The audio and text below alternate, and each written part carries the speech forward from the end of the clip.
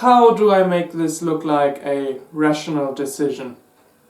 I need a lamp on this table here and I have no electricity to it. So I've tried using the regular old wick type petroleum lantern. They're quite smelly and cause a headache. The pressure lanterns, they are nearly odorless but pretty loud. And so the next logic step is one of these babies. They run on mineral spirits with minimum pressure and put out a nice bit of light without smelling. That's the idea anyways.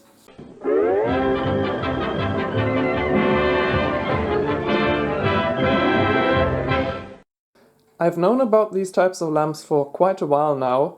However, they seem to be incredibly rare. They were built around the 1900s, 19-teens, and well, not many of them seem to have survived. I didn't find anything anywhere on the internet, and recently I just, asked around and seemingly got hand on the right person, because I was forwarded to another guy who collects this type of stuff. And he's got a couple of these and, gave me this one for what I think is a fair price.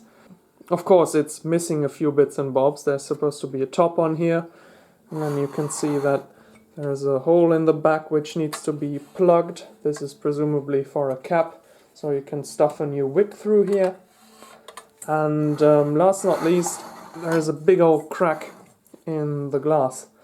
I've tried healing that crack. I've been quite successful with smaller cracks on glass, just heating it up so it becomes red hot and the crack will grow together on itself again. Didn't quite succeed with this one. You can see it even dented a little bit. But I think I was able to make this at least somewhat a stress relief, because before, when I was pushing around on here, it would make this noise like two pieces of glass moving directly on top of each other. That is now gone. So maybe this is just enough to make this thing stable, and if we turn it the right way, then nobody will notice. If not, you can always get some piece of quality like Jena glass, which is able to withstand all the heat stresses, and we can cobble something together. However, until I venture further deeper into glassblowery, I'm just going to give this a try. We miss a screw here to keep the glass in place, maybe even the cause why it cracked, and the top is missing. However, all the one moving part is working, the wick still looks good, and I think with a bit of cleanup, this is quite a good candidate to actually have a runner. You can see the ceramic parts are all complete in there, so yeah. I'm not going to bother too much with cleaning this up, because this looks like it's clear coated, so if I polish this I'm just going to go straight through there. I can of course clean all this white residue off and give this part a polish so it looks a bit nicer, but for the most part I'm just going to leave it the way it is. Ages ago I slaughtered the hanging lamp from my grandparents when they moved houses. Nobody wanted to have it, so I took it apart, made part of that into a desk lamp and saved the top bits. And now I'm glad I did, because while this is not a perfect fit, I think we can make this one. This is going to be a pretty good mock-up of what the top of this thing would have looked like. I'm going to have to cut a couple of air vents into here, and I'm going to have to put a dish into the top and solder a tube to it so that I can pour spirits in there, and it'll run down into this little gully around here, and you can light it with a match to preheat the burner. Like I said, it's not perfect, but it's getting pretty close. So rather than reinvent the wheel here, I think I'm going to just use what I've already got. For the missing screw here in the back, I think I can also cobble something together by using the thread and the cap of an old rusty tank, which isn't leak-proof anyways. And I can make something so that'll cover that up. Well, I managed to screw up again and delete the footage of soldering this top cover before, putting it onto my PC. So I'm just going to narrate what I did. As you can see, I put a spacer tube in here to reduce the top diameter down. I dished the top side here in with a ball peen hammer, and then I bent a piece of tubing to go around the corner, and that will land in that little rim around the edge where the spirit will then collect in and get soaked up by the wick in order to preheat the vaporizer. Well, despite not looking like the original exactly, I still think this is a damn good fit for just cobbling some stuff together. I'm of course going to have to clean it up a little bit more, but it fits nice. The tube is going where it should, and now all this is missing is the vent holes for the hot air to be able to escape. While I had the torch hot, I also removed the threaded ring from that tank I showed you earlier. As you can see, it's a little bit too small to cover up the entire hole in here, so I'm going to have to solder like a patch onto here from some sheet metal and then put it all onto here like that. Okay, I filed the hole a little bit larger so I could screw the thread insert right through from behind. And then I've put a piece of copper over the breakout. I've made the wick wet so I won't smolder it with the torch, and then I've put this temporary shield around it to help keep the heat out, and hopefully this should be a quick one.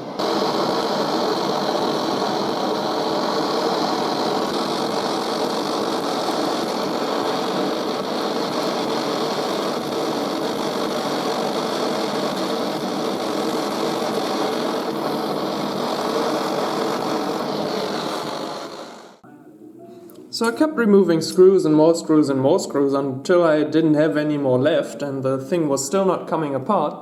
Well, the nozzle is actually what keeps everything together, because it sits right in the threaded hole that you see down there, and it basically fixes this cross tube here to the, shall we call this the air tube and this the fuel tube, and they are both connected by the nozzle. So I couldn't reach down through there, so I made myself a so-called tool, nut driver, whatchamacallit, to get into there. Did a fine job, but I'm still not getting it further apart than this, because, well, while you can tilt this, there's no... You can't really take this apart because of the connecting tube down in there. No need to, however. I'm just going to clean it up the way it is and see that all the pipes are free, and once that's the case then I'll just put it back together. You can also see that there is a wick in here. I'm not going to remove that because it's probably, I don't know, asbestos or something heat resistant, so it doesn't smolder. This is to catch the mineral spirits that you drop down on it through this pre-filler tube. And it's only in this half of the ring because, well, it's going to go over here and then preheat the vaporizer or vaporize the spirits in here and make it volatile. Well, it's all back together again. So now without one of these glowing socks, I'm just going to see if the burner works at all. It might be plugged or leaking or whatever. We should see a nice flame which is blue come out of here, no power jet or something, just a nice tidy flame. So we're going to give it a pre-fill here.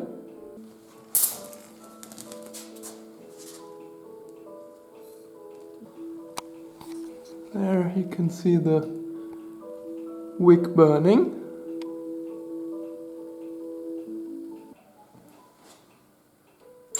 Oh!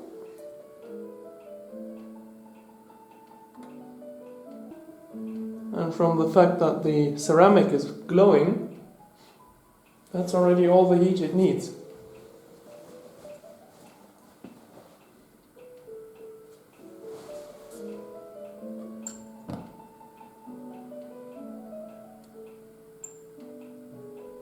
So now we can put a sock on it, quite literally.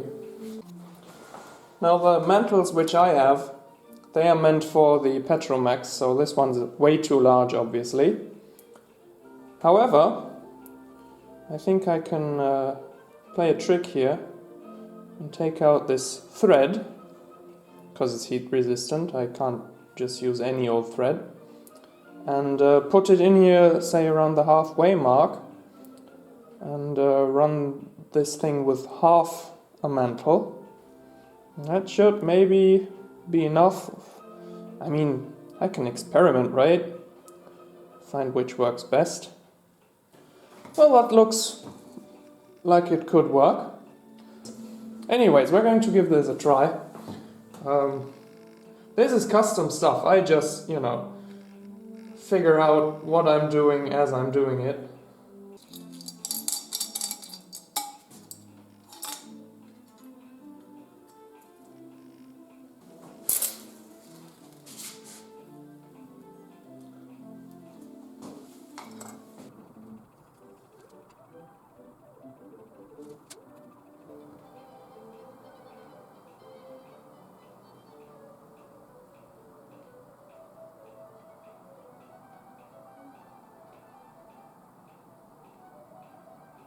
Okay, the mantle is clearly too restrictive.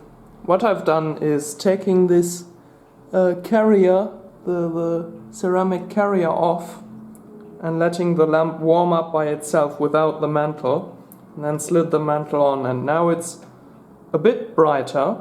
You should have seen it a minute ago where it was really, I would say okay. Not terribly bright, but it was getting the job done. Now it's dimmed down again.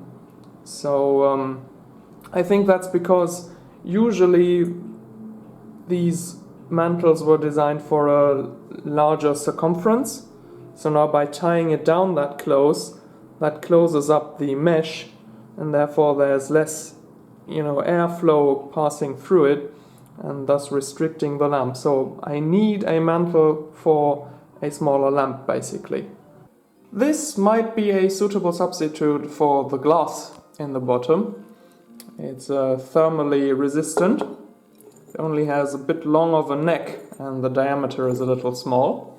So I made this plug here to go in here and hold it like a mandrel, and then I can sit it in a vise, for example, and put a glass cutter on this mark, rotate it around, and then remove the neck from this thing.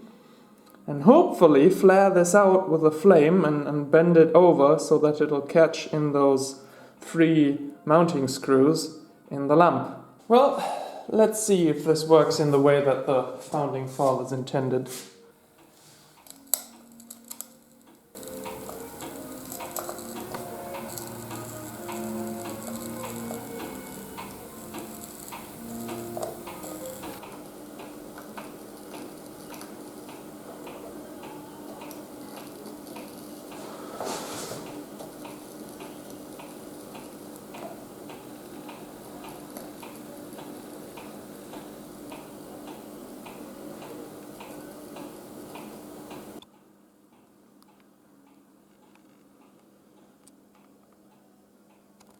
So we do have a line here and there. Maybe this is enough.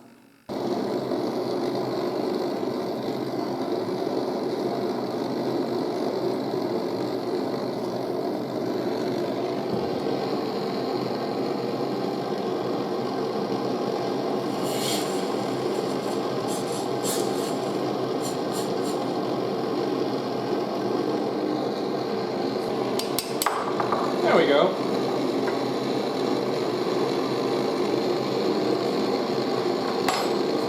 Now I'm going to try my healing technique again.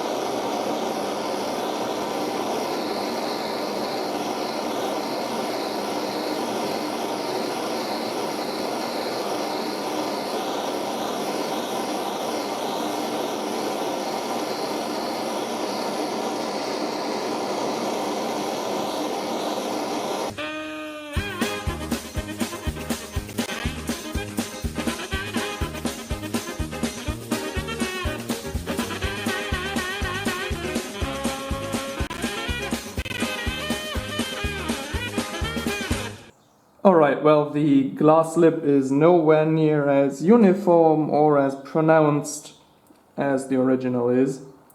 But if you were a screw, wouldn't you, like, totally hang on to that?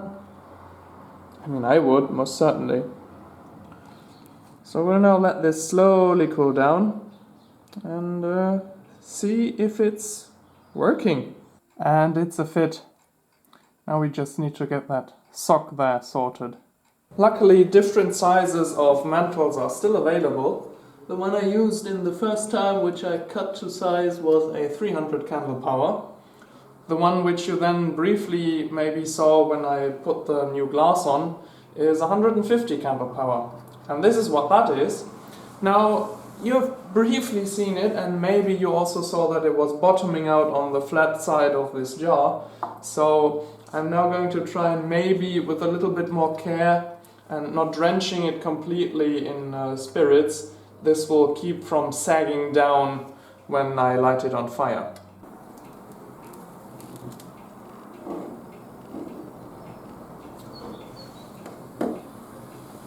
It is sagging down.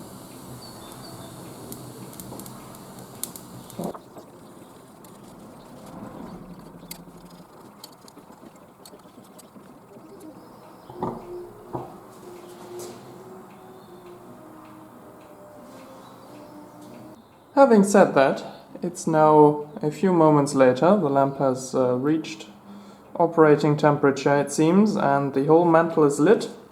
It also shrunk down a little bit more, so it's not even touching the bottom of the glass. And once the camera gets used to its surroundings, you can see it's making a fair bit of light.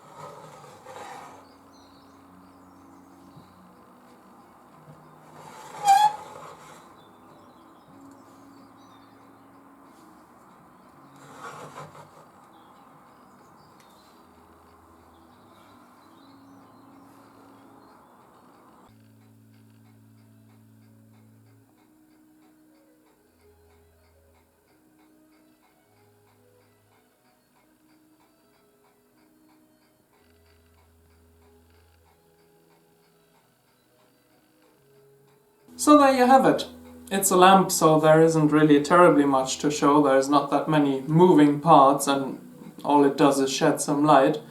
But it's really impressive how, creative minds back in the day used what they had and discovered new principles to make some rather bright light. I mean, this is easily a 60-watt bulb, and it can be used to read or illuminate the place, no problem. Now, it is much less of a irritating smell than your petroleum lamp is, and it is completely noiseless. However, there is still some fumes coming from it, so I wouldn't recommend running it inside for any longer period of time, fire hazard aside. Still, it's a great addition, and maybe in the summertime when you're sitting outdoors and need a little bit of light and don't want to get the old cable drum out, well, this might just be your golden ticket. It doesn't consume terribly much spirits as well. This is about 1 liter of volume here, and it can last you, well, if you run it maybe 2 hours a day, then it'll easily last you 2 weeks. Yeah, very nice principle, really interesting. Made a lot of fun getting it back up and running. My excuses for not showing the soldering part on that one. I was really proud of, cobbling shit together, but that's the way it goes sometimes. Hope you enjoyed this very rare and unique design of a lamp, and we'll see you guys next time. Bye!